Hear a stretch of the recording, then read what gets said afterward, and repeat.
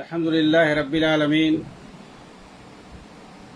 والصلاة والسلام علی سید الانبیاء والمرسلین نبینا محمد وعلی آلہ وصحبہ اجمعین، اما بعد۔ محترم ناظرین کرام اور دیگر سامعین، پچھلے درس کے اندر جہاد کے تعلق سے اور اس کے شرائط کے بارے میں گفتگو چل رہی تھی، اور ان کفار سے تعلقات اور معاملہ داری کرنے کی بات جن سے معاہدہ ہو۔ کچھ تو ایسے ہوتے ہیں جو حربی کافر کہلاتے ہیں، اور ان کی تعداد موجودہ دور میں اگر دیکھا جائے تو بہت ہی کم، بلکہ نہ ہونے کے برابر۔ اکثر جو صورتحال ہے وہ یعنی کافر معاہد کی جو قسم ہے، معاہد جس سے کہ معاہدہ ہوا ہے، معاہدہ ہوتا ہے، یہی عام طور سے چل رہا ہے۔ اور اس کے بارے میں بھی جو حدیثیں وارد ہیں کہ اگر کوئی معاہد کافر کو اگر کوئی قتل کرے تو وہ جنت کی خوشبو تک نہیں پائے گا، یعنی اس پر بھی وعید ہے، اور حدیثوں کے اندر ساری چیزیں موجود ہیں۔ اسی مسئلے کو لے کر کے، یعنی معاہد کافر کے مسئلے کو لے کر کے، شیخ سعد الزاتری حفظہ اللہ اپنی اس کتاب کے اندر لکھتے ہیں کہ اس وقت دین کے نام پر بنی بہت ساری تنظیمیں اور جماعتیں فہم سلف کی روشنی میں کتاب و سنت کے اصولوں کو نہیں سمجھتی ہیں۔ جی ہاں، یعنی کتاب و سنت کو سمجھنے کے لیے اور اس پر عمل کرنے کے لیے اور اس کو لاگو اور نافذ کرنے کے لیے جب فہم سلف کی بات کی جاتی ہے تو ایسے لوگوں کو ٹارگٹ کیا جاتا ہے، انہیں بدنام کیا جاتا ہے۔ وجہ یہی ہے کہ قرآن اور سنت کو، یعنی دین کو، اپنی مرضی سے وہ سمجھنا چاہتے ہیں، اپنی مرضی سے اس کو اپلائی کرنا چاہتے ہیں۔ ایسا لگتا ہے کہ دین جو ہے قرآن اور حدیث ان کے گھر کی لونڈی ہو، وہ جیسا چاہیں اس کو جیسا جو ہے گھما دیں اور پیٹ مار دیں۔ ایسے نہیں چلے گا دین میں۔ اگر ایسا ہوتا تو رسول کو بھیجنے کا کیا مقصد ہوتا؟ رسول کو بھیجا اسی لیے جاتا ہے تاکہ وہ دین کی تشریح کرے اور عمل کر کے بتائے کہ فلاں حکم پر ایسے چلنا ہے، اور فلاں حکم کو ایسے نافذ کرنا ہے، اور فلاں واجب کو ایسے عمل کرنا ہے۔ تو طریقہ سکھانے کے لیے اور دین پر عمل کرنا کیسے ہے، اس کا اسٹائل اور اسلوب بتانے کے لیے اور منہج اور طریقہ بتانے کے لیے آتا ہے۔ اور یہ کہ صحابہ کو کیسے سمجھایا دین کو، تو فہم سلف سے مراد ہوئی صحابہ ہیں، تو انہوں نے جیسے دین کو نبی سے سیکھا اور سمجھا ہے ویسے ہمیں سمجھنا ہوگا۔ دین جو ہے ایک دم مکمل ہے، اس میں نہ کچھ کمی ہو سکتی ہے نہ بیشی ہو سکتی ہے، اس کے اندر کسی طرح کی تغیر اور تبدیلی اور کسی بھی چیز میں، معنوی اعتبار سے بھی، فہم کے اعتبار سے بھی، جیسا انہوں نے سمجھ کے عمل کیا نبی سے ویسے ہی عمل کرنا اور ویسے ہی سمجھنا ہے۔ ہمیں قرآن کی آیت کو اور نبی کے فرمان کو اپنے حساب سے نہیں سمجھنا ہے، بلکہ صحابہ نے جیسے سمجھایا وہ سب موجود ہے، تفاسیر کے اندر وہ سب موجود ہے، حدیثوں کے اندر موجود ہے، اسی کے حساب سے ہمیں چلنا ہے۔ اسی لیے کہہ رہے ہیں کہ اس وقت دین کے نام پر بنی بہت ساری تنظیمیں اور بہت ساری جماعتیں فہم سلف کی روشنی میں کتاب و سنت کے اصولوں کو نہیں سمجھتی ہیں، اور اس سے جڑے لوگ اسی لیے ان اسلامی ممالک کی تکفیر کرنے لگتے ہیں، مسلم ملکوں کی تکفیر کرتے ہیں جنہوں نے کافر ممالک سے معاہدے کیے ہوئے ہیں۔ ارے دیکھو، انہوں نے امریکہ سے جو ہے تعلق بنایا ہوا ہے، یہ لوگ کافر ہیں، مرتد ہیں۔ یہ جو ہے فلاں جو اسرائیل سے تعلق بنائے ہوئے ہیں، کافر مرتد ہیں۔ لیکن یہ اپنی مرضی سے مطابق، مثال کے طور پر مصر کا اسرائیل سے تعلقات ہے، معاہدہ ہے کہہ سکتے ہیں، تو کیا کافر ملک سے جو ہے معاہدہ کرنے سے، کوئی بھی ملک ہو، یہودی ملک ہو، عیسائی ملک ہو، یا جو ہے مجوسی ملک ہو، یا کوئی بھی ملک ہو، کوئی مشرک ملک ہو، کافر ملک ہو، کسے باسا، تو کیا یعنی کفار سے معاہدہ کرنے سے، کفار ممالک سے معاہدہ کرنے سے کوئی کافر ہو جاتا ہے؟ جی ہاں، خوارج کے یہاں اور جو موجودہ دور میں جو خارجیت کے نام پہ بنی تنظیمیں اور جماعتیں ہیں، اخوانی جماعت وغیرہ، ان لوگوں نے اس کو جو اپنی مرضی کے مطابق اصول اپنایا ہوا ہے کہ جس کو چاہتے ہیں ٹارگٹ کرتے ہیں، اس کو تو کافر اور مرتد کہیں گے۔ جی ہاں، ان لوگوں نے دھیگا مستی کی ہوئی تھی۔ آپ جائیں 1990 اور پھر اس کے بعد 2000، یہ پورا اگر آپ دیکھیں گے تو یہی سب چل رہا تھا۔ یہ امریکہ سے مدد لے رہے ہیں، امریکہ کی فوج بلائے ہیں، امریکہ سے تعلق کیے ہوئے ہیں، اور وہ مصر جو ہے اسرائیل سے جو ہے معاہدہ کیے ہوا ہے، اردن معاہدہ کیے ہوا ہے، یہ سب کافر اور مرتد ہیں ایسے ویسے۔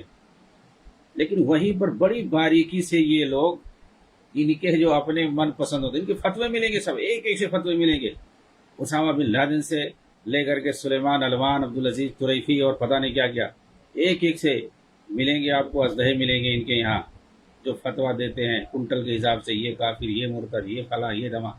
کیوں؟ کفار ممالک سے انہوں نے معاہدہ کیے ہوا ہے، اور جب اقوام متحدہ میں گئے وہاں پر، لیکن جب ان کے اپنے جو محبوب ہیں وہ جب وہی کام کرتے ہیں تو کچھ نہیں ہوتا ہے۔ اب مطلب یہ قرآن حدیث کی بات نہیں کرتے ہیں، یہ اپنی مرضی کے حساب سے، اپنی جو ہے خواہشات نفس، یہ خارجیت کی پہچان، وہ اپنی خواہشات نفس کے حساب سے چلتے ہیں۔ اب وہیں پر ترکی کا معاہدہ ہے، اردگان نے آ کر کے مزید معاہدے کیا، اور بھی زیادہ مضبوطی سے کام کیا، اور اس نے اپنی بیوی کے ساتھ آ کر کے دورہ کیا، اور جو اسرائیل کا خواب دیکھتا تھا، جس کو تھیوڈر ہرتزل کہتے ہیں، جس کو یہ لوگ اپنا بابا آدم سمجھتے ہیں اسرائیلی یہودی، اس کی جو ہے اس کا پورا مقبرہ اور مزار بنا کے رکھے ہیں اسرائیل کے اندر، وہاں پہ آ کر کے اپنی بیوی کے ساتھ اردگان نے اس پر جو آ کر کے رکوع کیا، اور اس کا وہاں جا کر کے پھول چڑھایا، وہاں فاتحہ پڑھا۔ جی ہاں، جب وہ وزیر اعظم بنا تھا اس وقت، 2005 کا جو ہے واقعہ ہے، اور کہیں زیادہ اپنی تجارت اور سیاست اور سفارت بڑھایا۔ سب سے زیادہ کمپنیاں اگر کام کر رہی اسرائیل کے اندر تو ترکی کی، سب سے زیادہ اگر ہوائی جہاز فلائٹ اگر آتی ہیں اسرائیل کے اندر تو وہ ترکی کی آتی ہیں، اور اسرائیل کی سب سے زیادہ فلائٹ اور کارگو، اور اگر جو ہے یہ جو شپ ہوتی ہیں، پانی والی جہازیں جو سامان لے کر کے آتی ہیں، وہ سب سے زیادہ ترکی جاتی ہیں۔ معاہدے پر معاہدے، معاہدے پر معاہدے، لیکن وہ سب سے بڑا ان کا مسلمان ملک، مسلمان حاکم، المسلم الحاکم، یعنی ان کا جو ہے سب سے بڑا مسلمان ہے وہ، تو اس پر نہیں فتویٰ لگے گا۔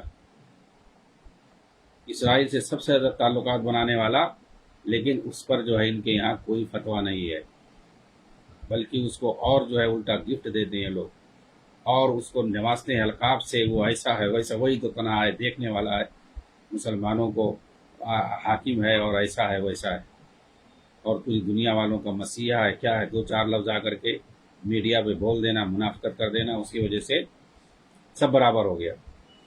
تو اپنی مرضی سے وہی طالبان، ان لوگوں کی جو پہلے حکومت تھی، انہوں نے اقوام متحدہ کو مانا ہوا تھا، وہاں پر جاتے تھے، تو نہیں تو اقوام متحدہ سے تعلقات بنانے پر امریکہ سے بھی تعلقات، تمام کافر ممالک سے تعلقات تھے۔ آج جو ہے ان کے سب سے گہرے تعلقات بھارت سے ہیں، اپنے پاکستان سے ان کے تعلقات خراب چلتے ہیں، ان سے کوئی تعلقات نہیں ہے، لیکن ہمارے بھارت سے اس کے اچھے تعلقات ہیں، اس پر کیا فتویٰ لگاؤ گے؟ امریکہ سے جو ہے تعلقات بنانے کے لیے، اور جو امریکہ سے پیسہ آتا تھا امداد میں، کروڑوں ڈالر، روک دیا تھا ٹرمپ نے آ کر کے۔ ان لوگوں نے جو ہے منت سماجت کروائی جو ہے قطر کے ذریعے سے، اس کے بعد جو ہے پھر تعلقات بنے ہیں، اور امریکہ نے تعاون دینا شروع کیا ہے، تو امریکہ کے تعاون پر ان کی حکومت چلتی ہے، تو پھر جو ہے کوئی مسئلہ نہیں، وہ تو اسلامی عمارت ہے، اپنی مرضی کے حساب سے قانون نافذ کریں تو ان کی اسلامی حکومت ہے۔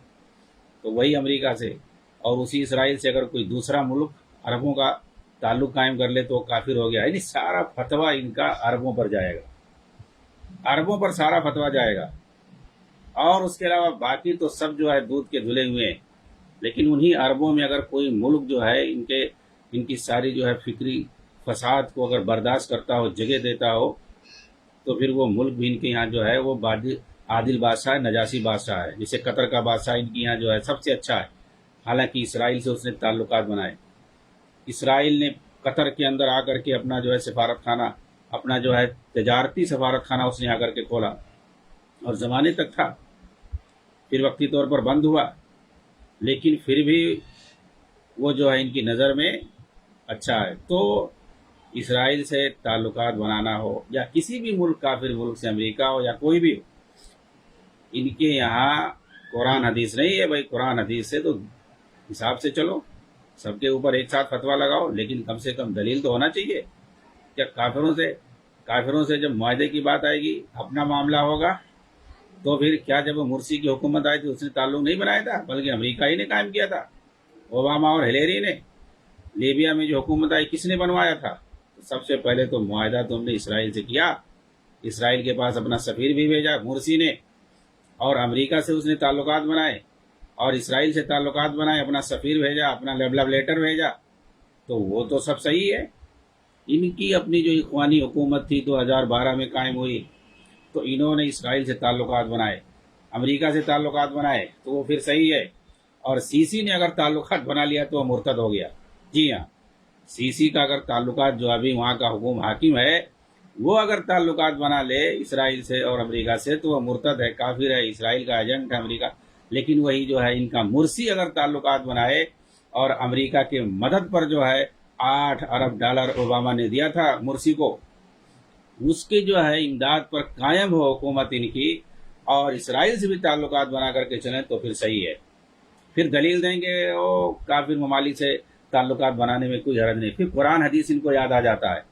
اور دوسرے ممالک اگر تعلقات بنا لیں، امارات نے تعلق بنا لیا اسرائیل سے، کافر مرتد، مصر نے بنا لیا، سی نے بنا لیا، تو کافر مرتد۔ تو ان کے یہاں پھر حدیث قرآن بھول جاتے ہیں، حدیث قرآن نہیں، پھر خواہشات نفس پہ آ جاتے ہیں اپنے۔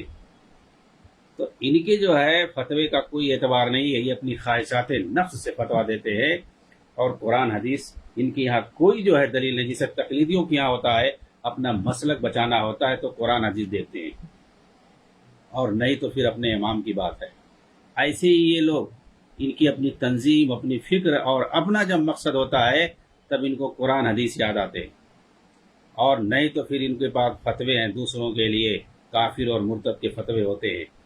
جی ہاں، تو اسی بات کو لے کر کے یہ کہہ رہے ہیں کہ اس وقت کی جو بہت سی تنظیمیں، یہ خارجی تنظیمیں، یہ لوگ اگر کوئی کافر ملک سے تعلق بنا لے، معاہدہ کر لے، تو اس کو یہ لوگ فوراً جو ہے کافر اور مرتد بنا کے چھوڑتے ہیں مسلم ممالک کو۔ اور یہ لوگ ایسے معاہدے کو پہلی بات مانتے ہی نہیں ہیں، اور ایک تو معاہدہ نہیں مانتے ہیں، تو ظاہر سی بات ہے جو معاہدہ ہوتا ہے تو دونوں ممالک کے تعلقات ہوتے ہیں، ادھر سے جو ہے اس ملک میں لوگوں کا آنا جانا رہتا ہے۔ تو اب بھائی جو ادھر سے آدمی آیا ہوا ہے، پاسپورٹ ویزا سے آیا ہوا ہے، اجازت سے آیا ہوا ہے، تو اب اس کی ملک پر، مسلم ملک پر ذمہ داری ہوتی ہے کہ اس کی حفاظت کرے، اس کی حفاظت کی ذمہ داری ہوتی ہے۔ لیکن یہ لوگ جو ہے ایسا نہیں سمجھتے ہیں، بلکہ اس کو حربی کافر سمجھ کر کے اس کو مارتے ہیں۔ ظاہر سی بات ہے غلط ہے یہ۔ تو وہی کہہ رہے ہیں کہ یہ معاہدہ نہیں مانتے ہیں، اور اس بنیاد پر یہ مسلم ممالک کے اندر ہی خون خرابہ شروع کر دیتے ہیں اور معصوموں کی جان لیتے ہیں۔ اس طریقے سے ملک کے اندر بدامنی اور جو ہے قتل و خونریزی اور دہشت گردی جو ہے پھیلتی ہے۔ آگے کہتے ہیں کہ یہاں پر دو چیزوں کی وضاحت کر دینا ضروری سمجھتا ہوں۔ ایک یہ کہ مسلمانوں اور کافروں کے درمیان ہمیشہ کے لیے معاہدہ کرنا یہ مناسب نہیں ہے۔ آپ دیکھیں، ٹھیک ہے، ابھی جو ہے جس کو یہ حماسیوں کو لے کر کے یہ لوگ کود رہے تھے، اچھل رہے تھے، ارے یہ جو عرب ہیں، یہ سعودی ہے، یہ مصر ہے، فلانے ہیں، ڈھمکانے ہیں، یہ لوگ چاہتے ہیں کہ اسرائیل سے معاہدہ کر لیں، اور جو ہے یہ ٹو نیشن کا جو فکرہ ہے کہ اسرائیل ایک جگہ ہو جائے اور فلسطینیوں کی حکومت قائم ہو جائے، تو ایسا نہیں ہے کہ انچ زمین پر نہیں رہنے دیا جائے گا اور اسرائیل کو خاتمہ کر دیا جائے گا، اس کو نہیں مانیں گے، اور اسی لیے جو ہے حماس سامنے آیا ہے، اسرائیل کو ختم کر کے رہے گا، ایسا کر کے رہے گا۔ اور یہ عرب والے جو ہے یہ بیچنا چاہتے ہیں، اسرائیل کو قبول کرنا چاہتے ہیں، اس کو تسلیم کرنے کے در پہ ہیں، اور حماسیوں نے ان کا بھانا پھوڑ دیا اور اب کوئی تسلیم کرنے والا نہیں ہے۔ ارے بھائی، یہ جو تسلیم کرنے کی بات ہے، ٹو نیشن، یہ فکرہ آج سے نہیں، بہت پہلے سے ہے، اور پوری دنیا اس کو مانتی ہے، تمام عرب ممالک اور تمام مسلم ممالک اس پر راضی ہے کہ بھائی وہ مسئلہ ختم کرو، فلسطین جو ہے وہاں کم سے کم ایک ریاست متحد ہونی چاہیے، اور 67 میں جو زمین قبضہ کیا اسرائیل کو پیچھے جائے چھوڑ کر کے، اور جو آدھی زمین جو ہے اقوام متحدہ نے دیا تھا وہاں پر اس کی حکومت ہو، بیت المقدس جو ہے اس کو راجدھانی بنایا جائے، تمام جو مہاجرین ہیں وہ واپس آئیں اور اس کی اپنی فوج ہو، اپنی اس کی حکومت ہو. ایسا اگر ہو جاتا نا تو یہ جو چورن بیچنے والی تنظیمیں ہیں، چندہ خور جو تنظیمیں ہیں، ان کا کیا ہوتا؟ پھر بھوشیہ ان کا مستقبل کیا ہوتا؟ داؤں پہ لگ گیا تھا ان کا مستقبل کہ یہ اب چندہ نہیں کر پائیں گے. اور جو اس فلسطین ایشو کو لے کر کے جو تجارت کرتے تھے، ان ممالک کا کیا ہوگا؟ ایسے ممالک بھی ہیں، ایسی تنظیمیں ہیں بڑی بڑی اخوانیوں کی، جماعت اسلامیوں کی. ان لوگوں کی تجارت جو ہے، ان لوگوں کا چندہ جو ہے فلسطین ایشو جیسے مسائل پہ چلتا ہے. اگر یہ مسئلہ ختم ہو جائے گا تو ہمیشہ کے لیے یہ سب بھی ختم ہو جائے گی، ان کو چندہ ملنا بند ہو جائے گا. تو ان لوگوں کی سازش سے اور کچھ ممالک کی سازش سے یہ سارا جو ہے، اسرائیل کی خود اس میں سازش سے، وہ خود نہیں چاہتا. خاص طور سے جو موجودہ حکومت ہے، فسادی حکومت بنیامین نیتنیاہو کی، وہ خود نہیں یہ لوگ چاہتے ہیں کہ یہ معاہدہ ہو، کیونکہ زمین دینا پڑے گا اور پھر اس کے بعد جو ہے ان لوگوں کی الگ حکومت قائم ہو جائے گی، اور وہ لوگ نہیں چاہتے ہیں. تو نہ اسرائیل کی حکومت چاہتی ہے اور نہ ہی اس طرح کی تنظیمیں چاہتی ہیں کہ اس طریقے سے فلسطینیوں کو آرام سے رہنے کا موقع دیا جائے. تو اس نے یہ کام کیا، حماس نے الٹی سیدھی باتیں کر. ارے کیا کر لیا بھائی اس نے؟ اس نے کر لیا کیا؟ کیا فلسطین کو آزاد کرا لیا یا غزہ کو آزاد کرا لیا؟ وہ پورا دے دیا، پورا برباد کر دیا. اب تو قابض ہو گیا، پہلے تو قابض بھی نہیں تھا. پہلے تو عبوری حکومت کے لیے دے دیا تھا کہ بھائی تم لوگ اپنا لوکل حکومت کرو. لوکل حکومت جو ہے دیکھنے کے لیے تو اس نے دے دیا تھا اتھارٹی. عبوری طور پر وہ لوگ سنبھال لیتے، جیسے مغربی پٹی پہ سنبھال لیں، حالانکہ وہ سب عبوری ہے، ایک اتھارٹی ہے. تو ویسے وہاں پر بھی ان کو حکومت دے دیا تھا. لیکن سارا جو ہے ان کو جو ہے پانی، کھانا پانی، ساری چیزیں وہ اسرائیل ہی سنبھالتا تھا. اور ان کا حماسیوں کا خود کہہ رہا ہے جو ترجمان ہے کہ جو ہے یہ سارے وہاں کی دوا ادویہ وغیرہ کی کمی نہیں ہونا چاہیے، اسرائیل کی ذمہ داری. اسرائیل کی ذمہ داری ہے ادویہ کمی نہ ہو، کھانا خوراک جو ہے کمی نہ ہو، پانی جو ہے کمی نہ ہو. اسرائیل کی ذمہ داری ہے، اس کو دیکھنا پڑے گا. ایسا بتائیے، اسرائیل پہ ٹکے ہوئے ہیں، اسی کی کھانا پانی بھی وہ اگر بند کر دے تو جو ہے بھوکے مر جائیں گے. تو اب اس سے جو ہے تم لفڑا کر رہے ہو، تمہارے پاس طاقت نہیں ہے کہ تم اپنا کھانا پانی مہیا کر لو، یا جو تمہیں جو زمین ملی ہوئی ہے، ایک علاقہ ملا ہوا ہے، اس کو تم خود کفیل نہیں بنا سکتے ہو. بھائی اسرائیل کے بل بوتے پہ جی رہے ہو، اپنا خود کفیل نہیں ہو سکتے ہو. جو امداد آتا ہے وہ اسرائیل کے راستے سے ہو کر کے آتا ہے. ایک غزہ کو جو ہے معمولی سٹی ہے اور اتنی بڑی آبادی ہے، تم اس کو خود کفیل نہیں بنا سکتے ہو اور لڑائی کرنے جا رہے ہو لوگوں میں جو ہے نام کمانے کے لیے. ایک پٹاخہ پھوڑ کر کے اس سے پیچھے جو سازش ہے اس کو بتانا نہیں اور پبلک کو گمراہ کرنا. یہ ساری چیزیں کیا ہیں؟ یہ صرف پوری سوچی سمجھی سازش ہے، خود اسرائیلی حکومت کی طرف سے اور ان حماسیوں کی طرف سے، ایران کی طرف سے. اور یہ جو لوگ امت کے اندر فتنہ فساد مچانا چاہتے ہیں، ورنہ حاصل کیا ہوا؟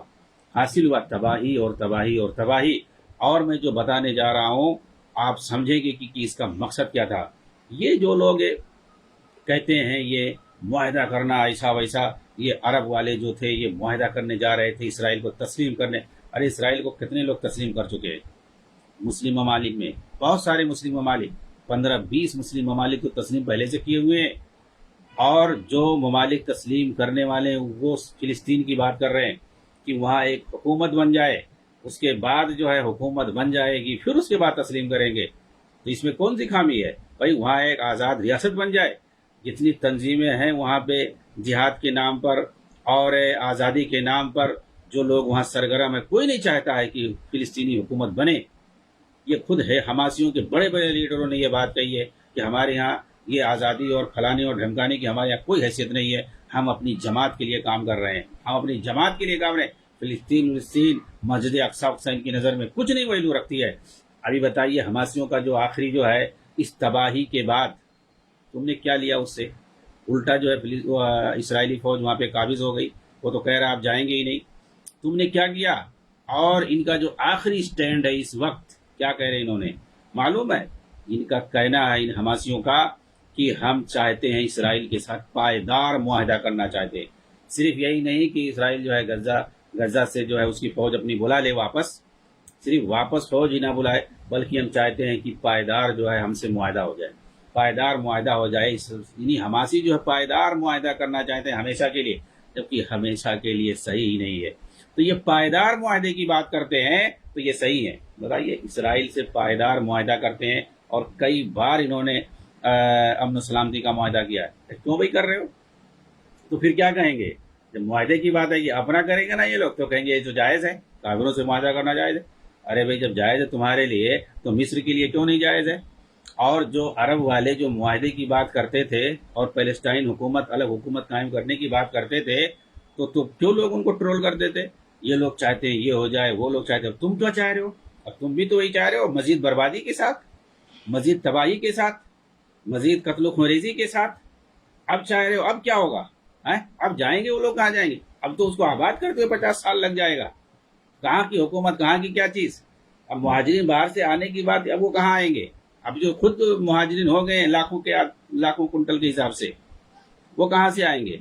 تو یہ لوگ صرف جو ہے چورن بیچتے ہیں امت کو گمراہ کرتے ہیں پبلک کو گمراہ کرتے ہیں. کتنے مسلمان جو ہیں اسی گمراہی میں پڑے ہوئے ہیں ان کی تقریروں کو سن کر ان کی جو پروپیگنڈوں کو سن کر کے.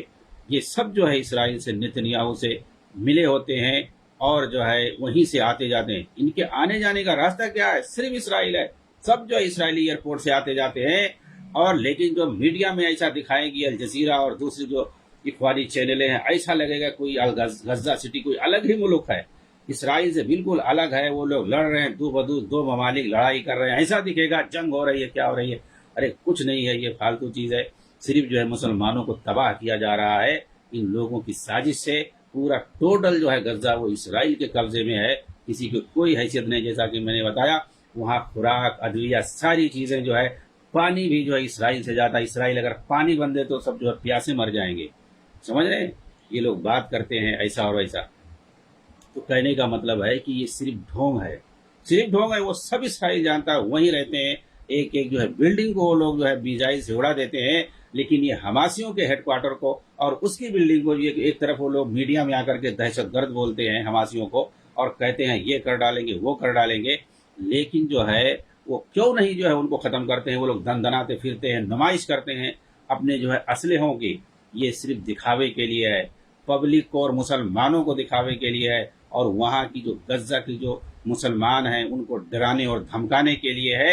اور یہ خوب اسرائیل سمجھتا ہے اس لیے وہ چھوٹ دے رہا ہے کیونکہ ان جو ہے کٹر دہشت گردوں کی بنیاد بنا کر کے اسرائیل باقی رہے گا. اگر یہ کٹر پنتھوں کو ختم کر دے گا اور ان جو ہے شدت پسندوں کو ختم کر دے گا تو پھر سمجھ لیجئے کہ اسرائیل بھی ختم ہو جائے گا. پھر اس کی کوئی ویلو نہیں رہ جائے گی. اس کو بیک جانا پڑے گا اور پیچھے جانا پڑے گا. وہاں ایک فلسطینی آزاد ریاست قائم ہوگی. پوری دنیا بات کرے گی. یورپ کے سارے ممالک ساتھ میں ہوں گے. وہ لوگ بھی بات کریں گے. امریکہ کو بھی مجبوراً کرنا پڑے گا. سارا عرب اور سارے مسلم دیش سب لوگ ساتھ دیں گے ایک جٹ ہو جائیں گے. لیکن یہی جو کٹر پنتھی ہے یہی جو فساد اور قتل خریزی کرنے والی تنظیمیں ہیں اس کو کھڑا کر کے اسرائیل جو ہے انہی کے دم پر زندہ ہے اور انہی کی وجہ سے وہ اپنی مظلومیت پوری دنیا میں بتاتا ہے. تب جو ہے اس کا لوگ ساتھ دیتے ہیں کہ تم کو اپنے دفاع کا حق ہے. یہ لوگ تمہارا وجود مٹانا چاہتے ہیں. جی ہاں ایسے جو ہے لوگوں کو کھڑا کیا گیا ہے تاکہ اسرائیل محفوظ رہے. اسرائیل جو ہے اپنا بچنے کے لیے اس طریقے کے ڈرامہ کرتا ہے اور یہ لوگ جو ہے اندر سے پورا ساتھ دیتے ہیں. اور میڈیا الجزیرہ وغیرہ سب جو ہے اسرائیل کا ساتھ ہے. اور یہ سارے لوگ یہ امریکہ اور اسرائیل نے مل کر کے الجزیرہ کو بنایا ہے. اور جو وہاں کا حاکم ہے وہ بھی انہی لوگوں کے دم پہ آیا ہے. اس کی جو پہلی جہاں پہ جب اس کا افتتاح ہوا تھا اس وقت بنیامین نیتنیاہو وہاں گیا تھا الجزیرہ کے اندر. یہ ساری چیزیں وہاں کا یہود باراک جو اس سے پہلے جو ہے صدر تھا وہاں کا پورا جو ہے وہاں قطر میں جا کر کے وہاں کی مارکیٹوں میں جا کر کے اس نے پورا جو ہے ٹہلا ہے گھوما ہے. اور وہاں پر پہلے آتے تھے اسرائیلی. 1995 میں اس کے جو ہے تعلقات تجارتی تعلقات تھے. بعد میں عبوری طور پر ختم کیا گیا ہے. تو کہنے کا مطلب ہے یہ صرف اور صرف ڈرامہ بازی ہے. مسلمانوں کو دھوکہ دیا جاتا ہے. فلسطین حکومت الگ سے یہ لوگ قائم نہیں کرنے دینا چاہتے ہیں. اسرائیل کے ساتھ مل کر کے یہ پورا کام کر رہے ہیں.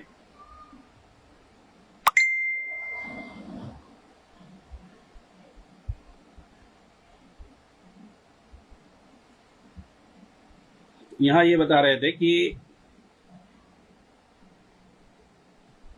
ایک تنبیہ کے طور پر کہ ایک طرف تو یہ ہے کہ مطلب ہمیشہ کے لیے پائیدار جیسے کہ لوگ بولتے ہیں نا، تو ہمیشہ کے لیے صحیح بھی نہیں ہے، لیکن یہ لوگ ہمیشہ کے لیے کریں، پائیدار معاہدہ کریں تو سب صحیح ہے، جبکہ اسلام میں یہ صحیح ہی نہیں ہے۔ آپ معاہدہ کر سکتے ہیں لیکن اس کی ایک جو ہے مدت ہونی چاہیے، پھر مدت میں تجدید بھی کر سکتے ہیں، لیکن ایک دم پائیدار کہنا یہ صحیح نہیں ہے۔ شیخ الاسلام ابن تیمیہ رحمہ اللہ نے معاہدے سے متعلق فرمایا ہے کہ کفار کے ساتھ معاہدہ کرنا مطلق طور پر اور مدت کی تعین کے ساتھ جو ہے، مدت کے تعین کے ساتھ یہ جائز ہے۔ معاہدہ کوئی بھی ہو اس کا پورا کرنا ضروری ہے جب تک کہ دشمن کی طرف سے اس کے توڑنے کی اطلاع نہ ہو۔ محض دشمن کی جانب سے خیانت کے خوف سے اس معاہدے کو نہیں توڑا جائے گا، یہی راجح قول ہے۔ اور جہاں تک مطلق معاہدے کا تعلق ہے تو یہ بھی جائز ہے، حاکم وقت مصلحت کے پیش نظر یہ معاہدہ کر سکتا ہے۔ علامہ ابن قیم رحمہ اللہ نے کہا ہے کہ صلح حدیبیہ کے معاہدے میں اس بات پر دلیل موجود ہے کہ کفار کے ساتھ معاہدہ مطلق طور پر مدت کی تعین کے بغیر کہا جا سکتا ہے، بلکہ حاکم وقت جب تک چاہے کر سکتا ہے۔ اب یہ ہے کہ وقت کی اس میں تعین کی گئی تھی، لیکن وہ بھی مطلق طور پر ہی تھا، لیکن جب کفار کی طرف سے، مکہ والوں کی طرف سے اس معاہدے کی خلاف ورزی ہوئی تو گویا آٹومیٹک وہ منسوخ ہو گیا۔ کہتے ہیں کہ اس بارے میں راجح قول یہی ہے کہ اس طرح کا معاہدہ جائز ہے، صحیح ہے۔ امام مزنی کی روایت کے مطابق امام شافعی نے اس کے جواز کی صراحت کی ہے، کہ مطلب یہ ہے کہ کفار سے معاہدہ مطلق طور پر کر سکتے ہیں۔ آگے کہہ رہے ہیں کہ ایسا ممکن ہے کہ کوئی مسلم ملک کسی کافر ملک سے معاہدہ کر لے، پھر وہ کافر ملک کسی دوسرے مسلم ملک پر چڑھائی کر دے، پھر وہ مسلم ملک اس مسلم ملک سے مدد مانگنے کے لیے جائے جس نے اس حملہ آور کافر ملک سے معاہدہ کیا ہوا ہے، تو ایسی صورت میں اس کے لیے جائز نہیں ہے کہ وہ مدد کرے۔ یہ ایک اہم جو ہے فریضہ ہے، ایک حکم ہے، اسلامی حکم ہے، ایک شرعی حکم ہے، اس کو سمجھنے کی ضرورت ہے۔ ایک بار میں اس کو پھر سے پڑھتا ہوں، کیونکہ ابھی حال ہی میں ایک فتویٰ آیا تھا، اس کو بنیاد بنا کر کے بہت زیادہ ٹرول کیا گیا اس آدمی کو۔ وہ فتویٰ کیا تھا مصر کے ایک عالم نے، حالانکہ وہ اس کا خود تعلق اخوانیوں سے ہے، لیکن اس کا فتویٰ اپنی جگہ پہ صحیح تھا۔ اس نے کیا بات کہی تھی کہ لوگ کہتے ہیں کہ جو ہے مصر کو چڑھائی کرنا چاہیے، ایسا ویسا۔ تو مصر حکومت کا جو ہے یہ اسرائیل کے ساتھ معاہدہ ہے، تو اب ظاہر سی بات ہے، اب اگر کسی دوسرے اسرائیل سے کسی دوسرے کا اگر لفڑا ہے، جھگڑا اور لڑائی ہے، تو وہ جو ہے اس کی بنیاد پر وہ اس پر حملہ نہیں کر سکتا ہے یا اس کا ساتھ نہیں دے، کیونکہ اس کا معاہدہ ہے، تو معاہد کے خلاف کسی کا ساتھ نہیں دے سکتا ہے، یا اس کے خلاف جو ہے چڑھائی نہیں کر سکتا ہے، ساتھ دے کسی دوسری شکل میں، امداد وغیرہ اور دوسری چیزیں، لیکن جس سے معاہدہ ہے اس معاہدے کی جب تک خلاف ورزی نہ ہو تو اس کو نہیں چاہیے۔ یہ لوگ الگ الگ دلیلیں الٹی سیدھی دیتے ہیں، جبکہ صحیح نہیں ہے، حقیقت یہی ہے۔ آگے جو ہے اسی مسئلے کو لے کر کے انہوں نے اس کو بیان کیا ہے کہ ایسا ممکن ہے کہ کوئی مسلم ملک کسی کافر ملک سے معاہدہ کر لے، پھر وہ کافر ملک کسی دوسرے مسلم ملک پر چڑھائی کر دے، پھر وہ مسلم ملک جس پر چڑھائی کیا ہے اس نے، وہ جو ہے اس مسلم ملک سے مدد مانگنے جائے جس نے اس پر حملہ آور کافر ملک سے معاہدہ کیا ہوا ہے، تو ایسی صورت میں اس کے لیے جائز نہیں ہے کہ وہ اس کی مدد کرے اور جو ہے اس ملک کے خلاف جو ہے لڑائی چھیڑے، اس کے خلاف جس سے اس کا معاہدہ ہوا ہے، کیونکہ اس حملہ آور کافر ملک کے ساتھ معاہدہ ہے، اور اس کی دلیل قرآن کے اندر موجود ہے، جیسا کہ اللہ تعالیٰ نے فرمایا وَإِنِ اسْتَنصَرُوكُمْ فِي الدِّينِ فَعَلَيْكُمُ النَّصْرُ إِلَّا عَلَىٰ قَوْمٍ بَيْنَكُمْ وَبَيْنَهُم مِّيثَاقٌ۔ مطلب دین کی بنیاد پر کسی بھی مسلمان ملک کا یا مسلمانوں کا ساتھ دینا یہ جو ہے ضروری ہے، صحیح ہے، سوائے اس کے خلاف جس سے تمہارا معاہدہ ہے، سوائے اس کے خلاف جس کے اور تمہارے درمیان میثاق اور معاہدہ ہے، الا علی قوم بینکم و بینہم میثاق، یہ جو ہے سورہ انفال کی 72 نمبر آیت ہے۔ امام قرطبی نے اپنی تفسیر کے اندر کہا ہے کہ وَإِنِ اسْتَنصَرُوكُمْ فِي الدِّينِ، اس سے مراد یہ ہے کہ وہ مومنین جنہوں نے ہجرت نہیں کی، اگر وہ تمہیں دارالحرب سے اپنے بچاؤ اور حفاظت کے لیے افرادی یا مالی امداد کے لیے پکاریں تو تم ان کی امداد کرو، اور یہ تم پر فرض ہے۔ پس تم انہیں ذلیل اور رسوا نہ کرو، مگر یہ کہ اگر وہ تم سے ایسی کافر قوم کے خلاف مدد طلب کریں جس کے اور تمہارے درمیان معاہدہ ہو، تو پھر ان کے خلاف تم مدد نہ کرو اور اپنا عہد نہ توڑو یہاں تک کہ اس کی مدت مکمل ہو جائے۔ یعنی اگر کوئی مسلمان بھائی ہے یا ملک ہے، اگر کوئی مدد مانگ رہا ہے اور تم مدد کر سکتے ہو تو کرنا ضروری ہے، کر سکتے ہیں، لیکن کسی ایسے ملک کے خلاف اگر وہ کہتا ہے کہ ہمارا ساتھ دو اور ہمارا جو ہے اس ملک سے لڑائی چل رہی ہے تو تم بھی آ کر کے لڑائی کرو اس کے خلاف، وہ ملک ہے جس سے کہ تمہارا معاہدہ ہوا ہے، تو پھر اس کے خلاف جو ہے تم اس کا ساتھ نہیں دے سکتے ہو، یہ اس آیت کا مطلب ہے۔ اسی طریقے سے ابن کثیر رحمہ اللہ نے کہا کہ اس سے وہ دیہاتی مسلمان مراد ہیں جو کافروں کے درمیان مقیم ہیں، ہجرت انہوں نے نہیں کی ہے، یہ اگر کسی وقت تم سے مدد کی خواہش کریں، دشمنان دین کے مقابلے میں تمہیں بلائیں تو تم ان کی مدد کرو کیونکہ یہ تمہارے دینی بھائی ہیں، لیکن اگر مقابلے پر کوئی ایسا قبیلہ ہو کہ تم میں اور ان میں صلح کا معاہدہ ہے تو خبردار تم عہد شکنی نہ کرو اور اپنی قسمیں نہ توڑو۔ یہ ابن عباس رضی اللہ عنہما سے مروی ہے۔ دیکھیے تفسیر کی کتابوں میں قرآن کی آیت ہے الا لقوم بینکم بینہم میثاق، اس آیت کو بنیاد بنا کر کے اس آدمی نے فتویٰ دیا، ٹھیک ہے، تو اخوانیوں نے خوب اس کو زیادہ ٹرول کیا اور اس کو سلفی کہہ کر کے کہ یہ سلفی عالم ایسا ویسا، حالانکہ اس کی حقیقت یہ ہے کہ وہ بھی اخوانی ہے، وہ سیاسی پارٹی اپنا بنا کے رکھا ہے، اور سلفی جو ہے سیاسی پارٹی وغیرہ بناتے ہی نہیں ہیں اور نہ اس کو جائز سمجھتے ہیں، سمجھ رہے ہیں۔ ایک حاکم اگر موجود ہے، سیاسی پارٹی بنانے کا مقصد کیا ہوتا ہے؟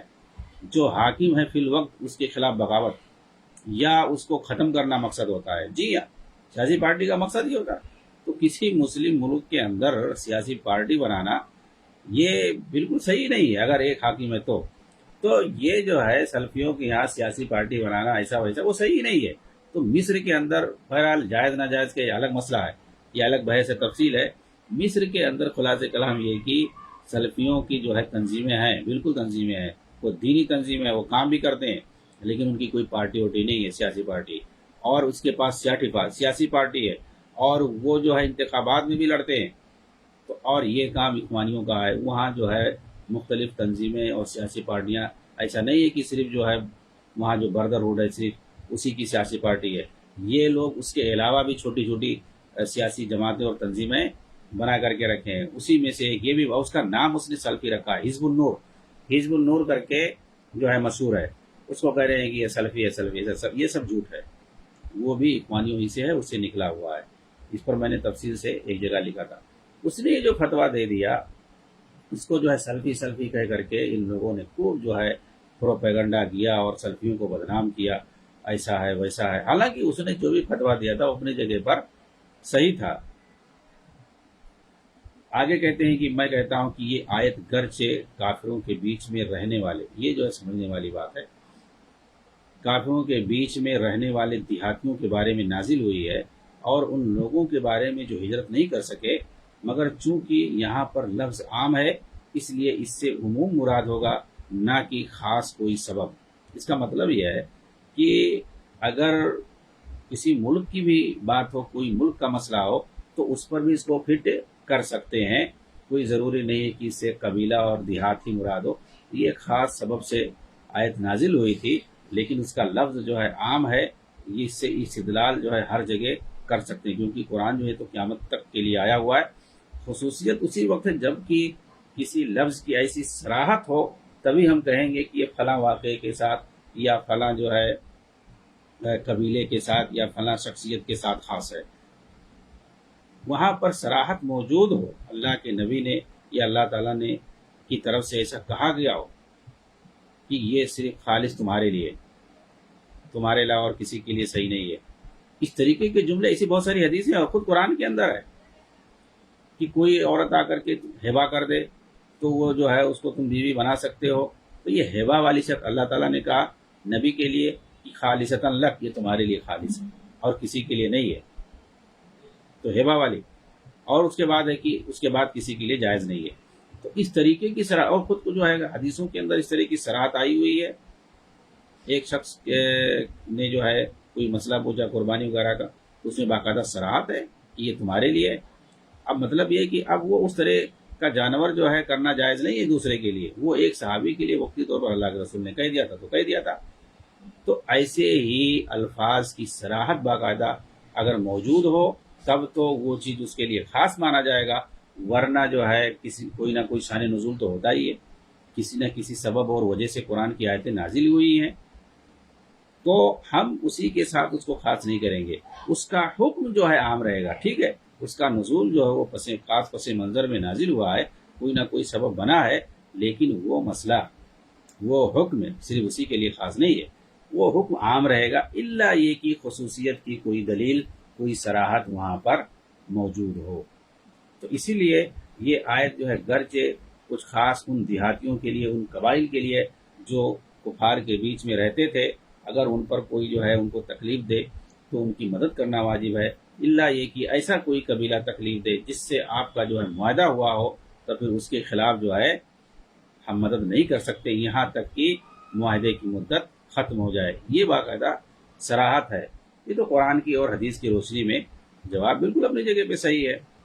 اب اسی کو بنیاد بنا کر کے اب بھائی جو ہے مصر کو وہ لوگ گھسیٹنا چاہتے تھے تاکہ وہ جو اسرائیل کی جو لڑائی ہو رہی ہے، جو جنگ ہو رہی ہے، جو بھی ہو رہا ہے وہ پھیلے، اور یہ چاہتے بھی تھے کہ یہ اصل میں جو ہے اس کو جو باہر پھیلایا جائے اور اس میں عربوں کو گھسیٹا جائے، اور سارے جو عرب جیسے 2012 میں 11 میں تباہی کی ایک لہر دوڑی تھی اور کتنے ممالک آج تک جوجھ رہے ہیں، پریشان حال ہیں اور وہاں تباہی پھیلی ہوئی ہے، ایسے یہ لوگ چاہتے تھے کہ خلیجی ملک اس وقت پاک تھے اس تباہیوں سے، ان اخوانیوں کے فساد تھے، وہ خلیجی ممالک پاک تھے، اور مصر جو ہے ان کے چنگل سے جو نکلا ہوا تھا صاف بچ گیا تھا، اس کی فوج نے جو ہے ایک بہترین اسٹینڈ لیا اور ان کے فساد سے جو ہے محفوظ ہو گئی۔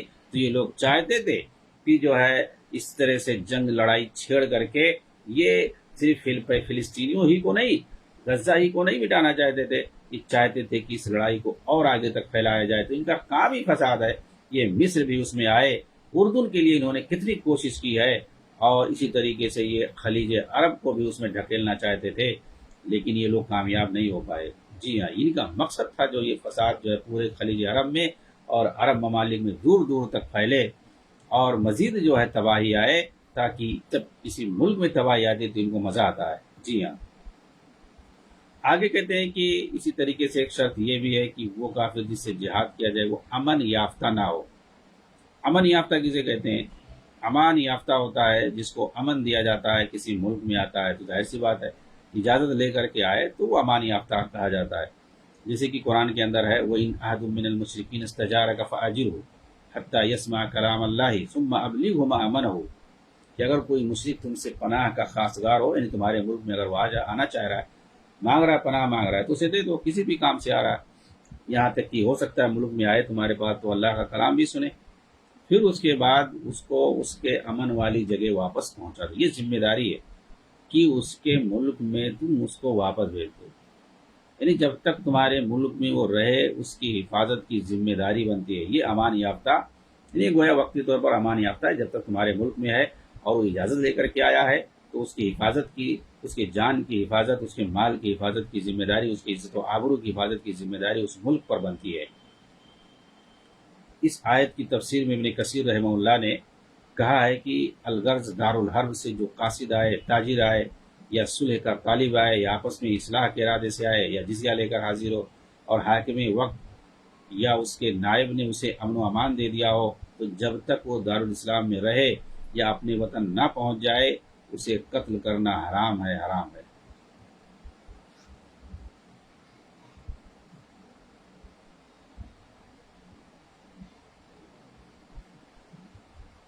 اس تعلق سے اور بھی باتیں ہیں، انشاءاللہ اس پر اگلے دروس کے اندر تفصیلی گفتگو ہوگی۔ السلام علیکم ورحمۃ اللہ وبرکاتہ۔